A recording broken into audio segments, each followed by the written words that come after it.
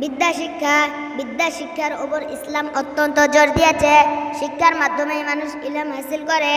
এ ইলম বা জ্ঞান হলো আত্মার আলো, মনের খোরাক। বিদ্যাহীন মানুষ অন্ধের সমান। যার বিদ্যা নেই সে আল্লাহ রাব্বুল আলামিনের সৃষ্টির রহস্য সম্বন্ধে কিছুই জানে না। তার কাছে গোটা সৃষ্টির জগৎ অন্ধকার। মহানবী সাল্লাল্লাহু আলাইহি সাল্লাম এর প্রতি তাই আল্লাহর প্রথম বাণী হলো ইকরাম, মানে পড়ো। আর পড়া মানে ইলম হাসিল করা।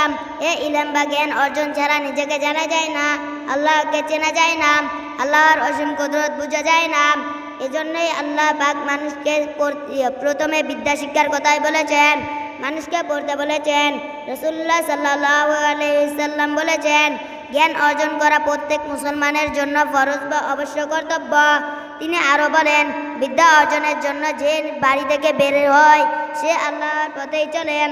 এক হাদিসে আছে, বিদ্যা লাভের জন্য যে নিজের জান কুরবান করে তার মৃত্যু নেন। অন্য এক হাদিসে বলা হয়েছে, রাতের কিছু সময় ইলম চর্চা করা সারা রাত নফল ইবাদতের চেয়ে উত্তম। এসব হাদিস থেকে বুঝতে আর বাকি থাকে না, বিদ্যা শিক্ষা করা আমাদের সবার জন্য অতি জরুরি। একটা কথা সবার মনে রাখতে হবে, এখানে যে বিদ্যার কথা বলা হলো তা ইলমে দ্বীন বা ধর্মীয় শিক্ষা, তা কুফরি বা ইসলামী বিরোধী শিক্ষা নয়।